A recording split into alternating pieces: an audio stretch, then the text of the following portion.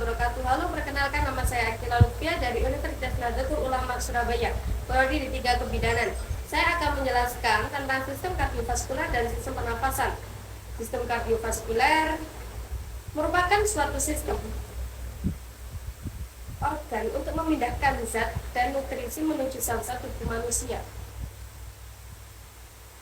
Sistem kardiovaskuler dibagi menjadi tiga, yaitu ada jantung, sirkulasi janin, dan sirkulasi orang dewasa. Yang pertama adalah jantung. Jantung adalah pompa berotot di dalam dada yang bekerja terus-menerus tanpa henti memompa darah ke seluruh tubuh. Fungsi utama jantung adalah memberikan dan mengalirkan suplai oksigen dan nutrisi ke seluruh jaringan dan organ tubuh yang diperlukan dalam proses metabolisme. Sistem kardiovaskuler yang berfungsi sebagai sistem regulasi melakukan mekanisme yang bervariasi dalam merespons seluruh aktivitas tubuh. Salah satu contoh adalah mekanisme meningkatkan suplai darah agar aktivitas jaringan dapat terpenuhi. Dan ini ada struktur atau bagian-bagian dari jantung. Yang pertama ada pulmonary tract, yang kedua ada katup pulmonaris, yang ketiga ada arteri pulmonaris kanan, yang keempat ada vena pulmonaris kanan, yang kelima ada atrium kanan, yang keenam ada katup tricuspidalis, yang ketujuh ada ventrikel kanan, yang kedelapan ada vena cava inferior, yang kesembilan ada distal aorta, yang kesepuluh ada aorta, yang kesebelas ada arteri pulmonaris kiri, yang kedua belas ada vena pulmonaris kiri, yang ketiga belas ada atrium kanan. Pernafasan atau respirasi merupakan suatu mekanisme pertukaran gas oksigen yang dibutuhkan tubuh untuk metabolisme sel dengan karbon dioksida yang dihasilkan dari metabolisme. Urutan pernafasan yaitu ada 6. Yang pertama hidung, yang kedua ada faring, kemudian ke laring, kemudian ke trakea, kemudian yang kelima ke bronkus, dan yang terakhir ke paru-paru. Yang pertama adalah hidung.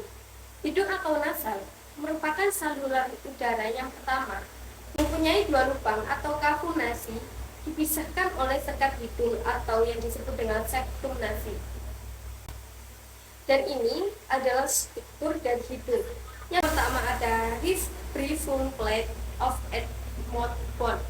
Yang kedua ada sphenoid sinus, yang ketiga ada sella turcica, yang keempat ada choana, yang kelima ada parietal tonsi, yang keenam ada frontal sinus, yang ketujuh ada superior turbinate, yang kedelapan ada middle turbinate, yang kesembilan ada inferior turbinate, yang kesepuluh ada vestibule, yang kesebelas ada anterior naris, yang kedua belas ada hard part, yang ketiga belas ada soft plate, yang ke-14 ada uvula, dan yang ke-15 ada pen of auditory tube, atau disebut juga dengan gelembung hawa atau alveoli.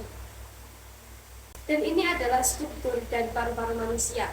Yang pertama ada trakea, yang kedua ada primary bronchi, yang ketiga ada lobus superior, yang keempat ada lobus pubical, yang kelima ada viscera, yang keenam ada lobus inferior, yang ketujuh ada larynx, yang kedelapan ada apex, yang kesembilan ada costal surface, dan yang terakhir ada cardiac impression. Kemudian ada struktur transport gas dalam tubuh, memiliki beberapa struktur. Yang pertama ada capillaries, yang kedua ada lung, yang ketiga ada capillaries, yang keempat ada pulmonary various, yang kelima ada pulmonary arteries, yang keenam ada right atrium, yang ketujuh ada right ventricle, 8 ada pulmonary circuit, yang ke-9 ada atrium, yang ke-10 ada left atrium, yang ke-11 ada left ventricle, dan yang ke-12 ada aorta systemic artery, yang ke-13 ada systemic various, dan yang ke-14 ada systemic circle. Yang ke-7 ada ventrikel kanan, yang ke-8 ada cava inferior, yang ke-9 ada descending aorta, yang ke-10 aorta, dan yang ke-11 ada arteri pulmonaris kiri, ke-12 ada vena pulmonalis kiri, 13 anterior kiri, 14 ada katup aorta, ke-15 ada katup mitral atau bisa disebut dengan bicuspidalis. Dan yang ke-16 ada ventricle kiri, yang ke-17 ada interventricular septum.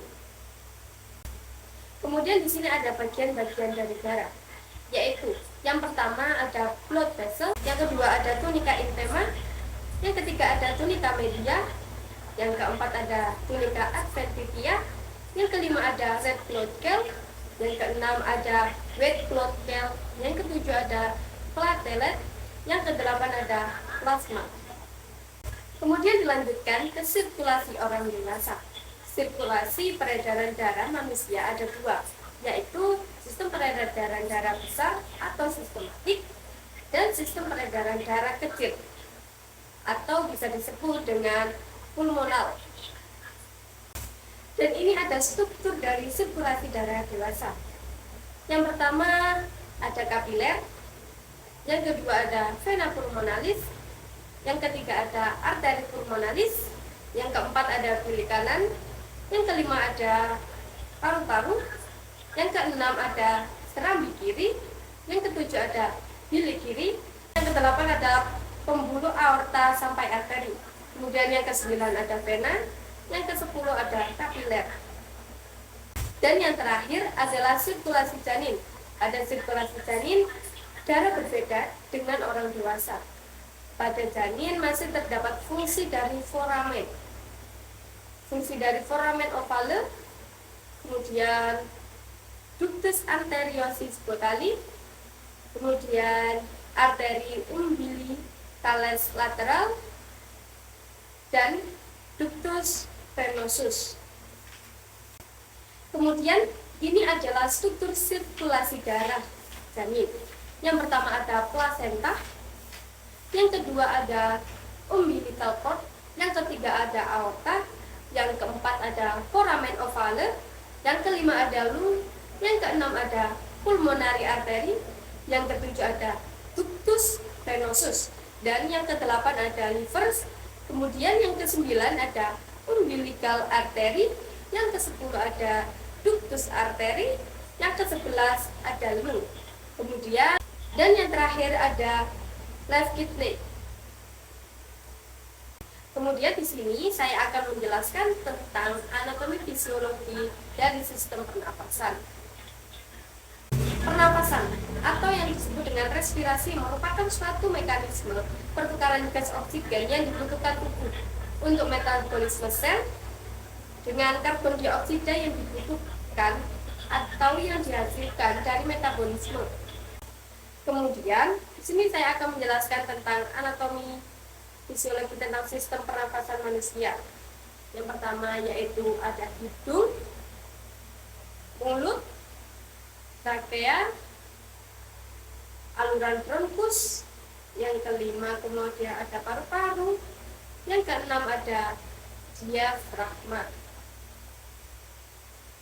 Nah, itu adalah penjelasan dari saya tentang sistem kardiovaskuler dan sistem pernapasan.